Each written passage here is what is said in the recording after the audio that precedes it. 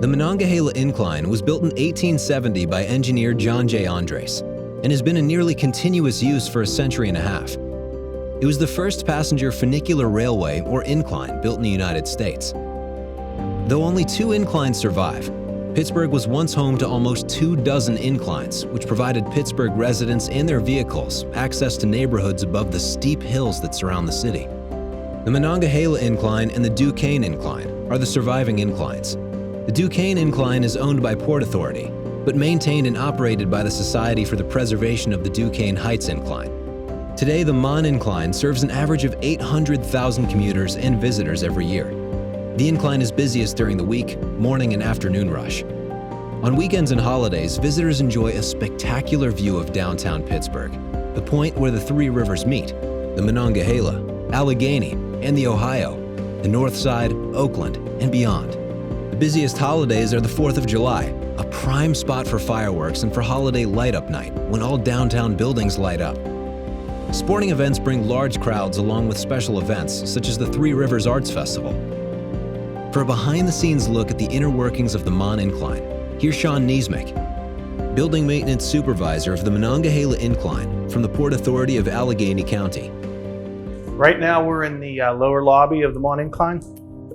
This is located on Carson Street, adjacent to Smithfield Street Bridge. In here we have a little bit of decorations of some of the history and the past of the incline. And what we have is the freight elevator that each car could hold 18 tons, which usually carried cargo, horse and buggies, while naturally, again, this was the passenger incline. To the left of that picture is the incline actually getting dismantled. The sister incline, which we call it again, was the freight elevator. And that was dismantled in 1935 along when the motors were again moved from across the street in the boiler room, which actually is reflected in the bottom right-hand picture where it shows the upper street, which is called Grandview Avenue, which had an iron truss. And the cables actually came through the upper house, over the iron truss, and into the boiler room across the street, which is now an apartment complex. So to the left of those pictures in the same frame is actually the beginning of the construction of McCardle Roadway. That was started in 1926, and then in 1928 it was actually opened. And back then they couldn't get excavators, bulldozers, anything up on that hillside, so it all had to be dug by hand. Pittsburgh had actually 23 inclines. 16 of them were passenger and freight, and the other 7 were actually coal cargo. Through the years and the opening of McCardle Roadway and actually a Ford plant that was actually built in Shadyside, which is a small part of Pittsburgh, that kind of brought vehicles into motion, which then made the horse and buggies pretty much extinct. But actually to get transportation up and down this hill is the purpose of this incline, which has been moving people since 1870. Of the 23 inclines, the only 2 remaining inclines right now are the one that we're in, the Monongahela Incline, and one that was built in 1877 down the street called the Duquesne Incline. On the other side of the room, we have another picture which shows Smithfield Street, which again I said is adjacent to where we're at right now. And across the river was the Monongahela House. That was supposedly the nicest hotel west of New York City. P.T. Barnum, President-elect Abraham Lincoln, Theodore Roosevelt, and others actually stayed in that hotel. The way it pertains to this place is John Andres, the actual designer, the engineer that laid out the plans and built this. His daughter came in the summer of 1869 and stayed at that hotel. And all the locals had no idea who she was. 2 weeks later, she showed up on site and the project was started in August of 1869, and she was actually the lead engineer.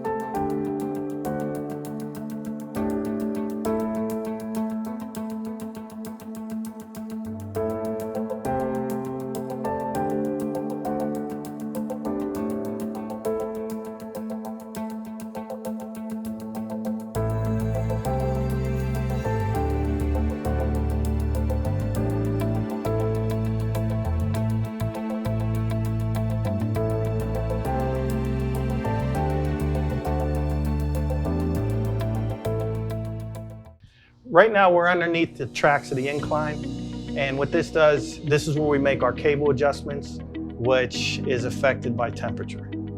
Being such an old piece of machinery, we still manually tighten and loosen the cables.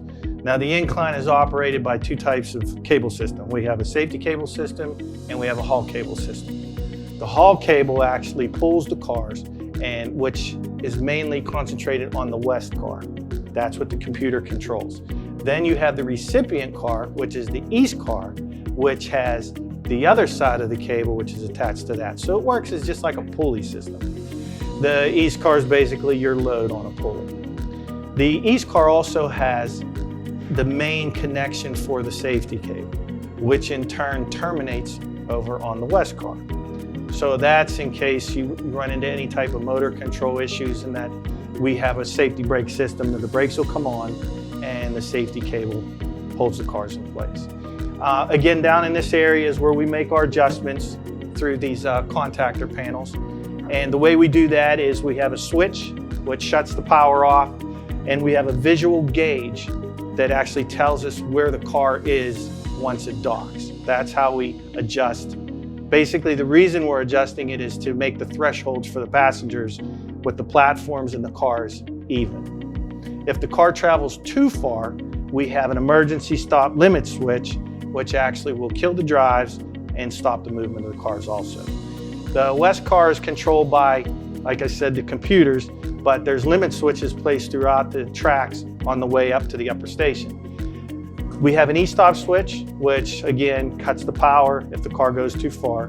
We have an in-house switch, which it will trip, which is operated by a mechanism on the side of the car. Actually, it's a piece of conveyor belt. And what that does, that trips a rocker switch, which tells the car to stop. So from that in-house switch, as you go up 30 feet on the tracks, you run into your slowdown switch. Your slowdown switch, or you could call it a speed up switch, depending what direction you're going, it speeds the car up from its docking speed to its travel speed till it reaches the upper station, which then it trips another slowdown switch, which in turn brings it back down to its docking speed, slows the car down. Then when it trips the in-house switch, it docks, the doors open, and the passengers can get off. Now, when we do adjust these cables, we utilize a poundage rating on a unit called a Dynalink for the east car. Reason for that is you have to find a fine balance between your haul cable and your safety cable. For your haul cable is driven by friction on the traction shifts, which are shown up in the motor room. If you don't have that fine balance and weight on that, you can actually get a high speed where the rope will actually slip on the shiv wheel, which in turn will be picked up by the computer, and as a safety feature, it shuts the drives down and turn the cars stop. So our setting is roughly 2,700 pounds to 3,100 pounds for the safety cable setting. Now that setting is completely different from the haul side, which we're trying again to find that difference where we want to be within the thresholds for passengers to get off. Also due to roughly 5 to 10 degree difference in weather change can let that cable expand and contract. If it's a warm day and you have a rain come in, that'll drop the temperature, and naturally surface temperatures such as steel can change from anywhere from 20 to 30 degrees, which also affects the cable. Once that we get a visual, we'll intermittently check the gauge, and that tells us exactly where the car's docking, and then we can go ahead and make a physical adjustment, again, utilizing this component here with a tethered line cable that actually connects underneath the car. We can do the haul cable from this side, safety cable from that side. Now the cars, once they dock in the house is when they receive their power. The power source is 120 volts and it's rectified for the door system down to 24 volts. Once the car does leave the house though, it has no power other than DC voltage, which is supplied by 2 golf cart batteries underneath one of the benches on the car. That only allows the lighting system to work. We have no air conditioning, we have no heating system on the car. So basically you're getting what the elements are once the car leaves the house. The other thing is once it does come down below and it docks into the station, to get that 120 volts, we have a collector system which has 7 knife switches on it, which rides on a bus bar track system up underneath the car. The first switch is actually a common. We have a power, a switched power. We have 3 door switches, and then with the other remaining 2 switches actually give you rechargeable power for the batteries that are on the car. Right now we're located in the motor room. This house is 2 GE 75 horsepower motors.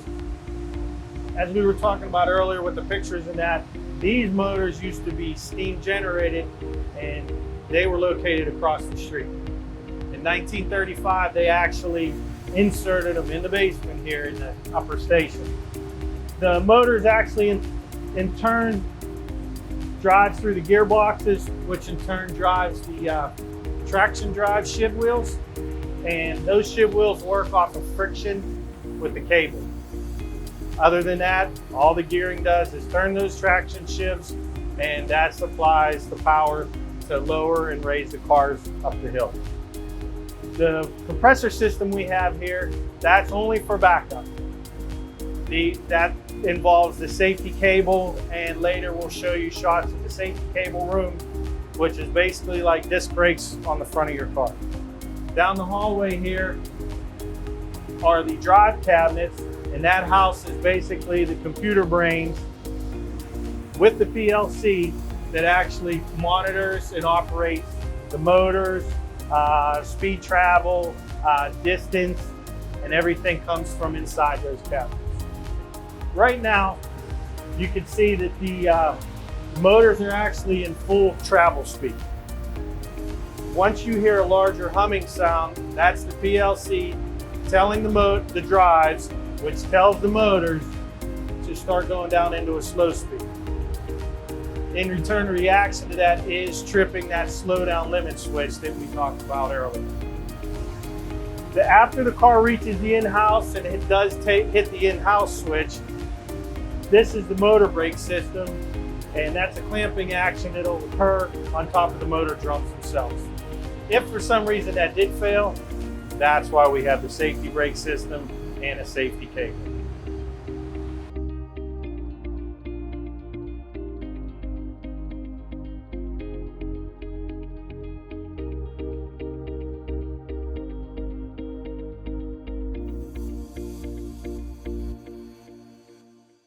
All right, right now we're in the office area, which is another, I guess you could say, the heart of the incline also. And what this does is houses 2 computer systems. The computer system to the left is the PLC. That is the programming logic control language for the drives. And we can change values, which will change travel distance, safety values of the car, operational values for actually the drives, which operate the drive motors themselves. To the right of me is the event recorder. And what that does, it records any faults in the system that can happen from an operational standpoint with the incline. It monitors travel, speed, or limit switches, whether they're activated or not activated. It monitors the operations of the operator itself. And once he moves that joystick, I will be able to see that, which will be reflected on the screen for the event recorder.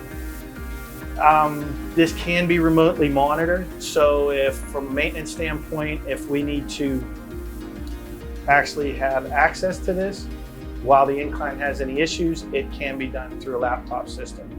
On the other side of this room, we also have the backup battery system, and that's the UPS system. And what that does is that backs up all communication and controls for the operator. If power goes out, city power, we have emergency generator, which the transfer switch will then transfer power over to the generator, which the operator can then bring the cars into the house, unload the people, and then shuttle buses are run until we get city power restored and we can start the incline back in.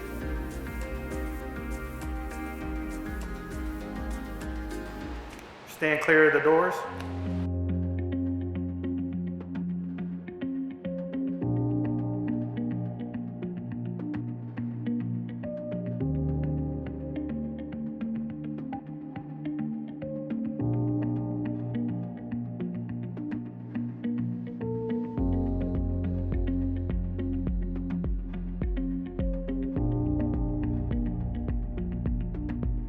Right now we're in the upper control room of the Mon Incline. And basically this is where the operator has full control for the passengers to board and off board the cars. On the control panel, what we have here is an emergency stop switch, which would activate the safety cable, which we talked about earlier in the video. We have total power. We have door operating switches to open and close the doors. And then if we have a problem with the PLC, we can override the system with this small auxiliary panel and use momentary push buttons to operate the incline, to get it back in the house or to move it if we wanted to do some type of maintenance out on the rails. But basically this booth has been here since the inception of the incline since 1870. To ensure the safety of the passengers, the operator is also provided with monitors that show where the lower station, the upper station, and all the areas where the loading doors are. Two other camera shots also show the outside of the building, which entails if someone's coming down, because this not only is this used as everyday transportation, that's why it survived since 1870, but we get a lot of tourists from all over the world.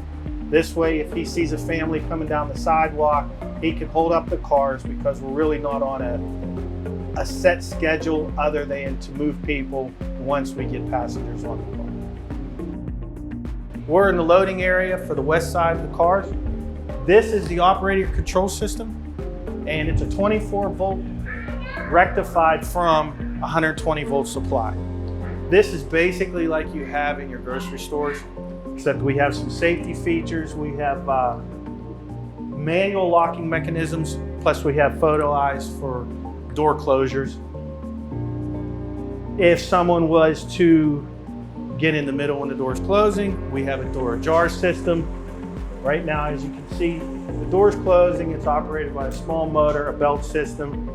Then when he goes to open the door, everything acts in reverse.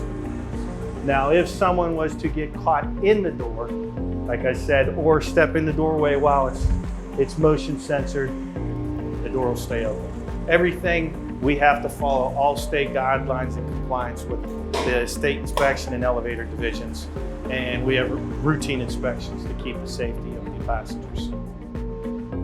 Now you've seen the ins and outs and the ups and downs of the Monongahela Incline, aka the Mon Incline.